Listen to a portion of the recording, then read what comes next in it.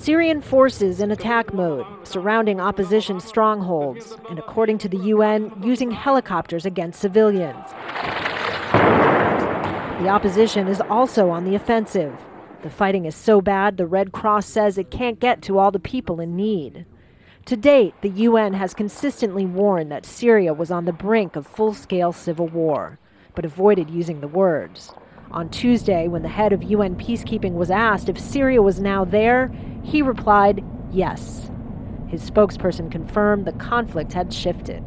But what we've seen in the last 5 days is a huge upscaling of the military confrontation by the government seeking to retake territory in cities, by the opposition attacking in urban areas against government forces and civilian infrastructure, both sides at huge cost to civilian population. The special envoy for the Arab League and the UN, Kofi Annan, and the UN Secretary General Ban Ki-moon have only gone so far as warning civil war was imminent. It traditionally falls to the International Committee of the Red Cross to label conflicts. Well, legally speaking, we refer to a non-international armed conflict or an internal armed conflict, which is commonly known as a civil war.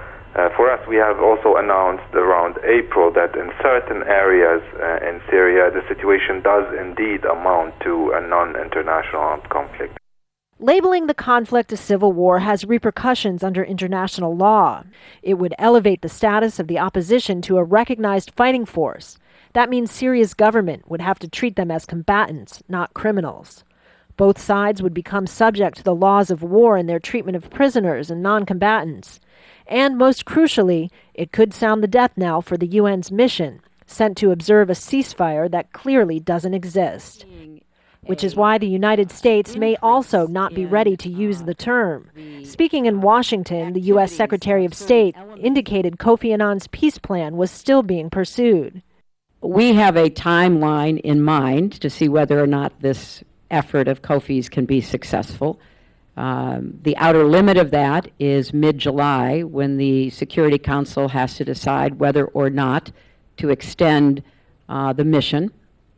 And certainly if there is no discernible movement by then, it will be very difficult to extend a mission.